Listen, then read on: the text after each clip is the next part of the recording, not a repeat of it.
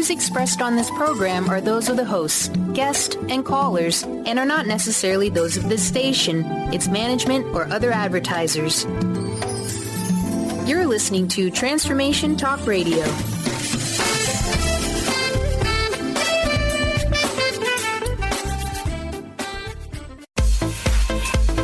That moment when you realize you have mastered your wellness. When you've become so resilient, you can conquer any hiccup life throws you. Yeah, well, me either.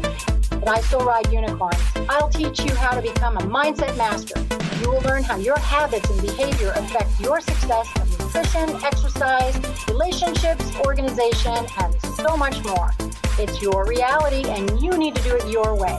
Self-care and self-love are anything but selfish.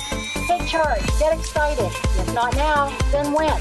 Grab your espresso and get ready to talk all things wellness. It's time for Coach, Couch, and Coffee Radio with Coach Peggy Wellness right now.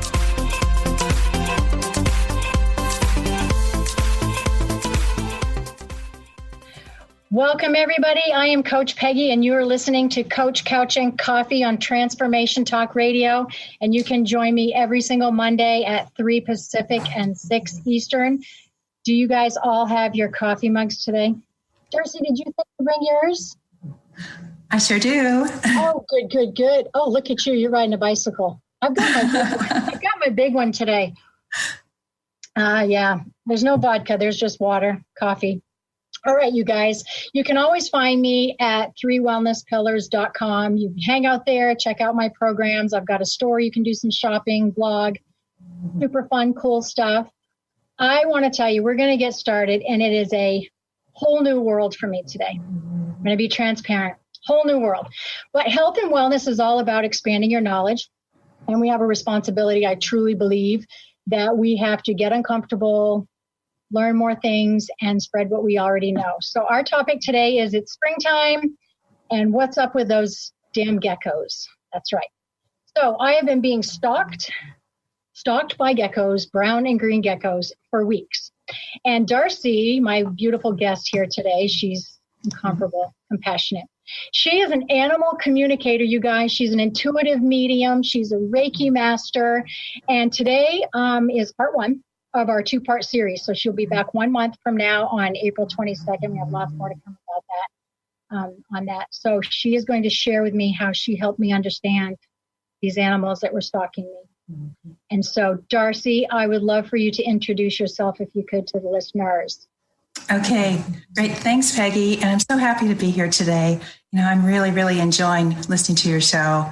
So about myself is I started as an animal communicator and a medium when I took some Reiki training. I didn't intend to do any of these things. They just kind of showed up. So I became a Reiki Master.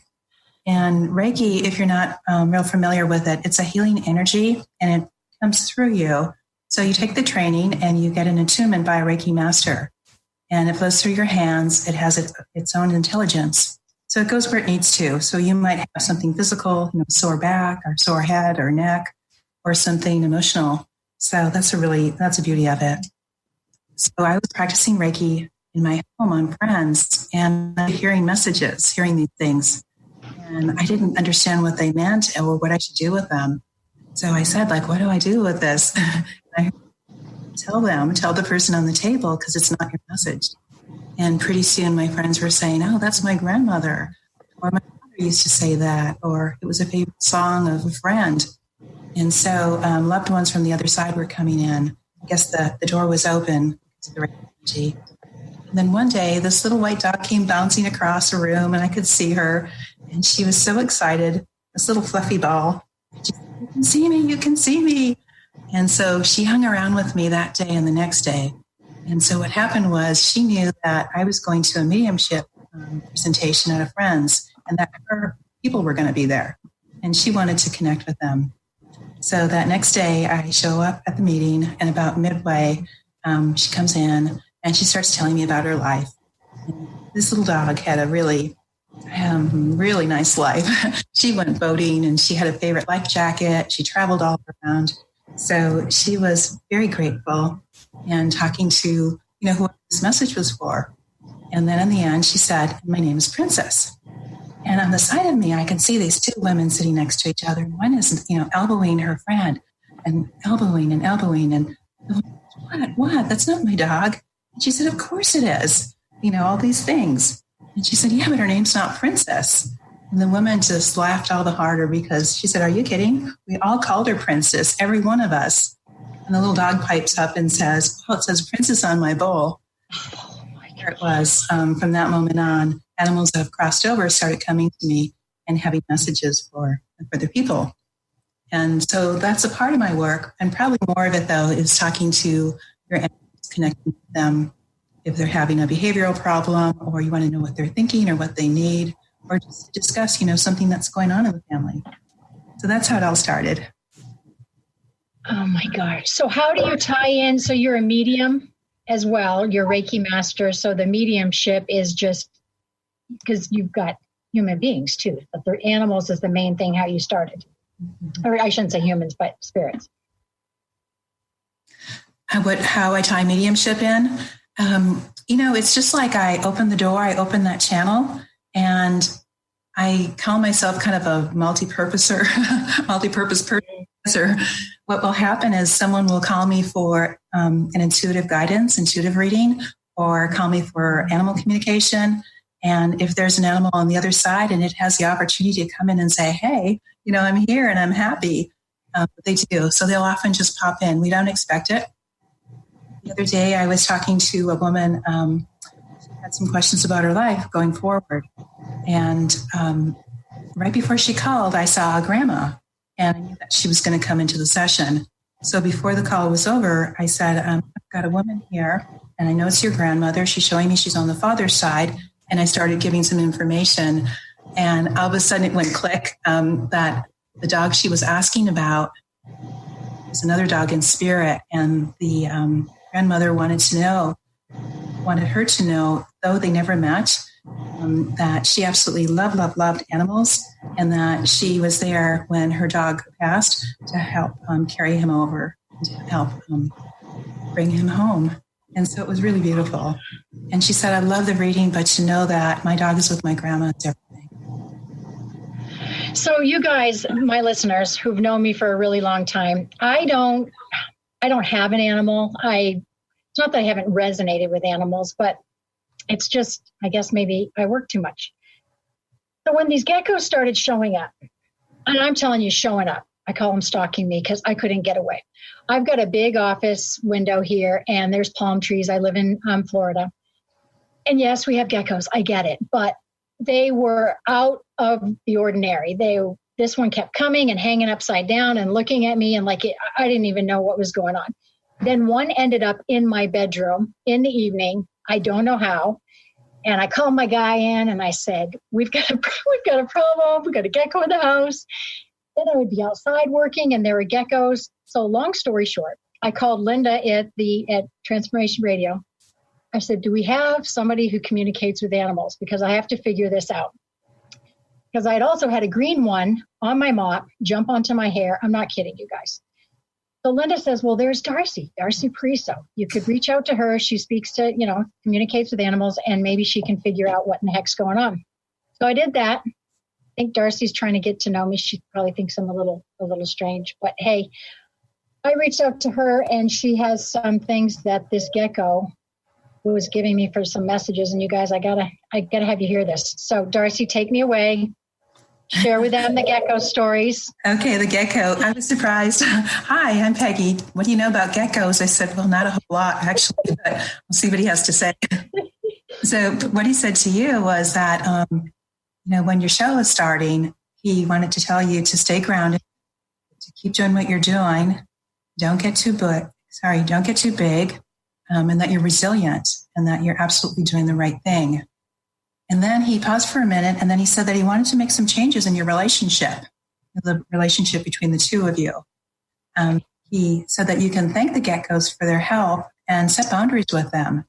Tell them what you want them to do, how they can help you, and make it clear. What do you want, for example? Can we come in the house and should we stay on the window seat? What do you want us to do? Because we don't know, and we want to help, and we want to honor you. And so he said that they're holding the energy and the healing for you. And then he also ended with that things will change, and they'll change to what you need. So guides for you. They'll give you whatever you need, regardless of the area, the topic. And these geckos felt pretty specific because I recall that you said there was a brown one and one, and the brown felt very much about grounding, where the green ones felt like they were about inspiration and seeing a new earth and a new birth and seeing through a new lens. And they actually had the feeling like they were co-parenting or co-creating. So I could use a co-creator and a co-parent. Go ahead. So it was fun. So I looked up, so Ted Andrews, you might recognize the name. He has this book on animal speak. And I hadn't looked at spirit animals for a long time. I just tuned into whoever, So I looked up geckos. And it said the thing about the gecko as a lizard, it's really rare because it has a voice. It's the only lizard that has a voice. And so anybody that has a gecko as a spirit animal should meditate on it and get information.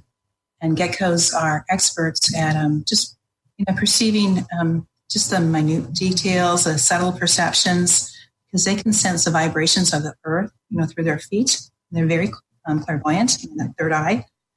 And anyone that has a gecko as a totem animal or a spirit animal, and I often say our guides, really to listen to their intuition and your own intuition above anyone else's. Really stress that. And there's someone that has really a heightened sensitivity, and they often see and feel things that other people don't.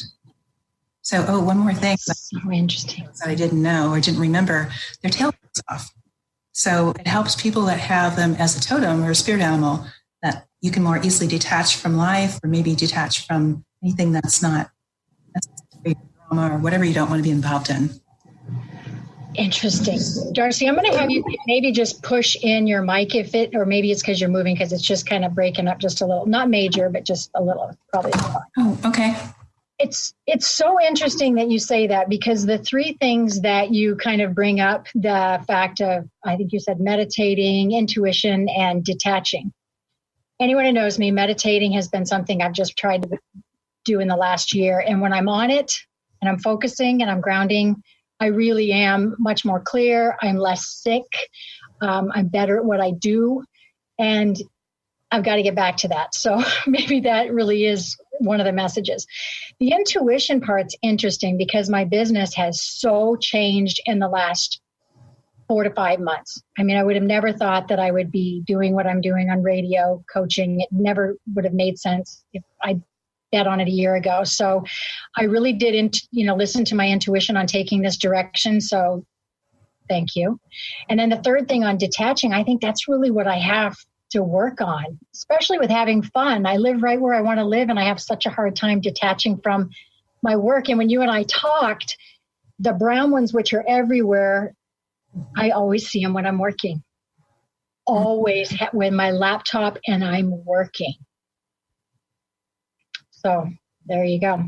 You guys that are listening, I want to do something for you. Darcy has offered for anybody who would love to call in right now, 1-800-930-2819. I'm going to give that to you again, 1-800-930-2819. We're not going to take a break because we're having too much fun.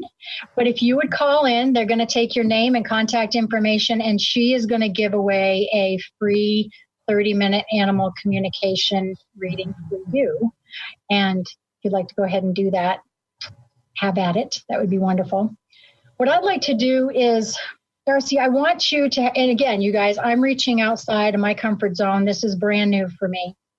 So maybe if you could take us through, what are some of the common messages? Most people have cats or dogs or relate to horses. So I'm just wondering if maybe we could flow through some of the stories that you've worked with in the past, with maybe a cat story and how they give you messages and what your suggestions are for owners. Take it away. I'm going to listen. It's going to be so good. Okay. Well, some of the really common things that come up for everyone, we call the human to animal transference. It's because, animals don't speak our language, so they have to do what they can to convey a message to us. And that might not always be in the way that, we would hope, but there it is. So they'll take on our lessons. They'll call attention to things, maybe things that we could be doing differently, trying to help us to make a change. And because after all, we're here to learn and evolve. So, and this can be anything. They can be physical issues or emotional. So something that's fairly common is getting calls about cats, and cats might be being in the house, or they might be having litter box problems. And normally we rule out, things like, urinary tract infections or any kind of medical or those types of things. But usually by the time they call, they know that they're not sick. But so one thing that common story, not so uncommon, is cats peeing on a bed and on maybe one particular person's side, the person they're angry with. So a woman called me and she said, cat's peeing on the bed. We switched the mattress. We move his things around. He's peeing on my husband's shoes, on work things. It doesn't matter. I mean, he's clearly upset with him. And so when I asked the cat what's going on, the cat said, the wife needs help. She has a difficult pregnancy. She's a young mom. She has a really busy toddler at home, and she's asking her husband to come home earlier every day just to help out. And, wasn't feeling acknowledged and frustrated. And so when the cat was watching this go on for a while and just kind of threw up his hands and said, "Oh, brother, I'm taking a stand." And so that's what he did. So he called attention to it in a big way. And the woman said, I recorded this. I'm going to send it to my husband and we'll see what happens. I hung up feeling like there was going to be a really positive resolution. So that was, but cats will do those things. It's not always the positive thing that you'd like to see, but how else are they going to get our attention? I can share a quick dog story if you'd like. That makes such sense that there really are messages that they're leaving us. We want to punish them. We think they're bad, or they haven't been trained properly, or we missed perhaps training them properly. I mean, my son has a dog that he adores, and she didn't come to him as a puppy. And I was just thinking about you, just going, gosh, as owners, there might be some messages there. So yeah, Sherry, I know you have a dog story. I want to hear your dog story. Yeah, they'll bring up emotional issues, anger, relationships, not standing up for ourselves, not taking care of ourselves, anything that you would see a counselor for or talk to a good friend about. Well, this dog was mirroring his person. So they all often do that. If you're sick, you might find out that your dog is sick because he's trying to take that away from you and help you physically. And they'll mirror us to show us, how we could change. So this dog was destroying everything in the house. The man would come home from work and he'd chew up everything. Replace things, he'd chew them up, barking, just, all kinds of behavioral problems. And he was just pulling out his hair. So when I asked the dog, what's going on? What do you need? How can we help you? And the dog said, I'm home by myself all day long. And I'm lonely. I'm afraid I'm alone.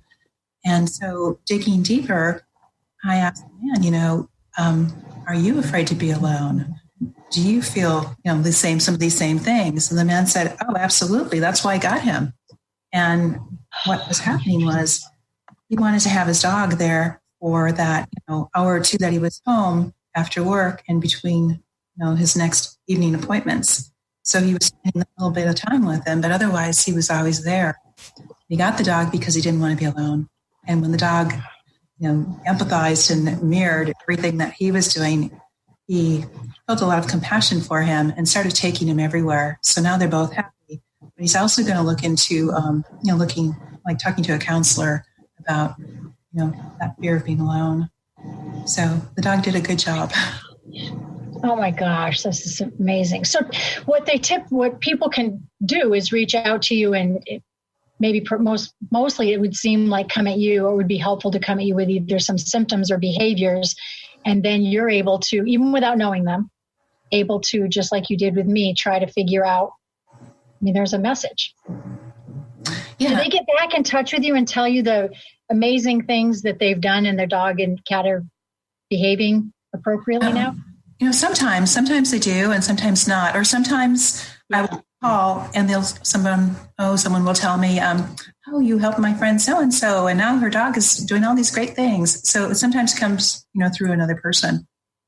You do hear it through another person. It's always nice. I know sometimes in our work, we don't always get to hear back how amazing our work is or, what we've done. So that's really nice. I was thinking that if you could share with us, if there's any, because I know you have a horse story that I just love too, but what are some messages? I think we'll get to that in case we run out of time, but what are some messages that or some ways we can communicate and see maybe if we can do it, if there's a conversation or something we can have to say, what are you trying to tell me? Because I know you told me set boundaries. Like you don't need to be in my house, Gecko. It's okay. You can stay outside. You're trying to tell me I'll get up, I'll go for a walk. But do you have any idea, share with us some ideas? Oh, sure. Yeah, I'd love to. I teach animal communication classes all the time because I'd love to get the message out to everyone. So animals read our energy first and foremost. They look at us and they say, oh, well, they're excited today. I wonder what that means for me. So let's look at those pictures in her mind and see, are we going to the park or on an outing, or is she going somewhere and I'm behind, left behind. So they're always reading us and scanning us. And the more that we can talk to them and get them used to us talking to them, the more trust and confidence they'll have, and the more they'll know what's going on, and you won't have these kinds of problems I'm talking about. So I always tell people, talk to your animals out loud and get them used to listening to you, get them used to you talking and looking to you for directions.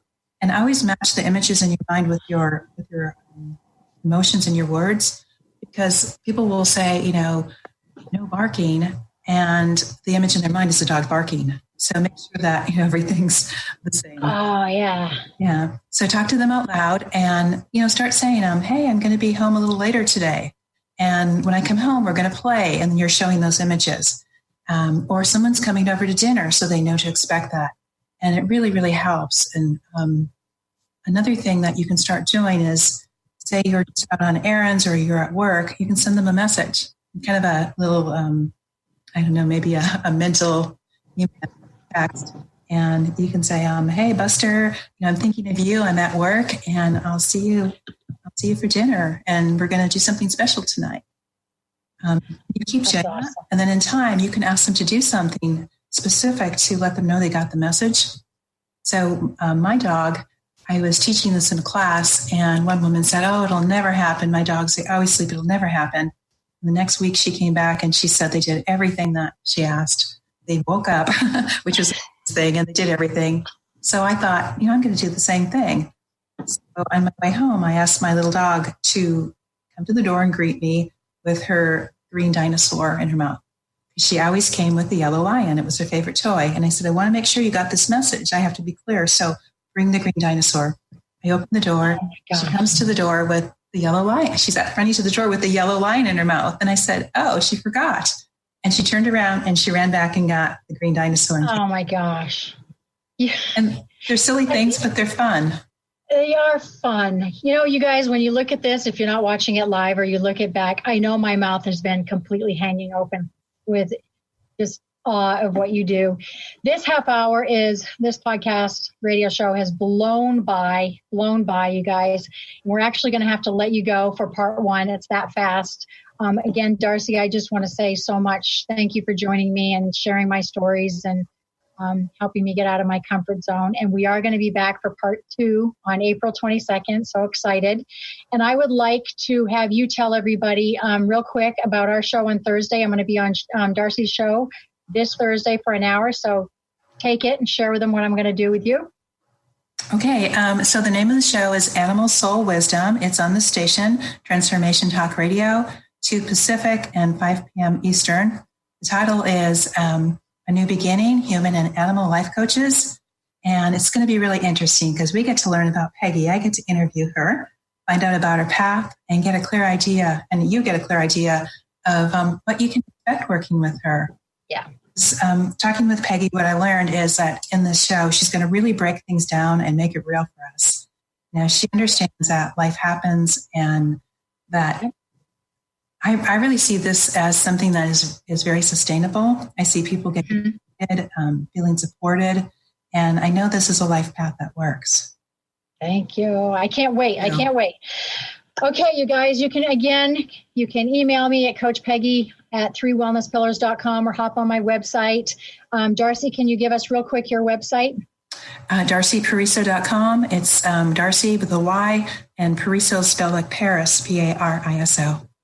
Gorgeous, gorgeous. Okay, you guys, I am seriously thrilled to be here with Darcy, and I want to let you know about next Monday, April 1st, here on Coach Couch and Coffee Radio at 3 p.m. Pacific, 6 Eastern. I am going to have Kate Adams, who spent the last 8 years as the assistant casting director for As the World Turns, and her TED Talk, 4 Larger-Than-Life Lessons from Soap Operas, has 1.5 million views, and she is going to be on. We are going to talk about soap operas plus animated movies equals real life lessons. So make sure you join us. Don't miss it. And Darcy, again, thank you. Everyone have a great week. Bye, you guys.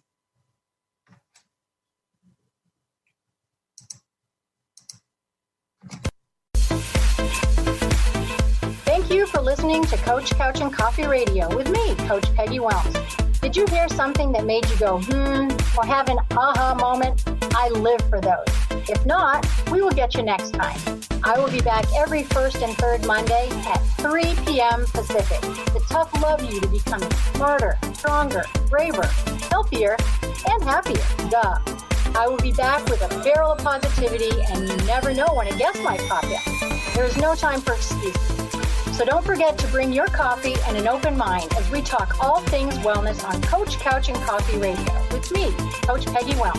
Now go grab a ray of sunshine.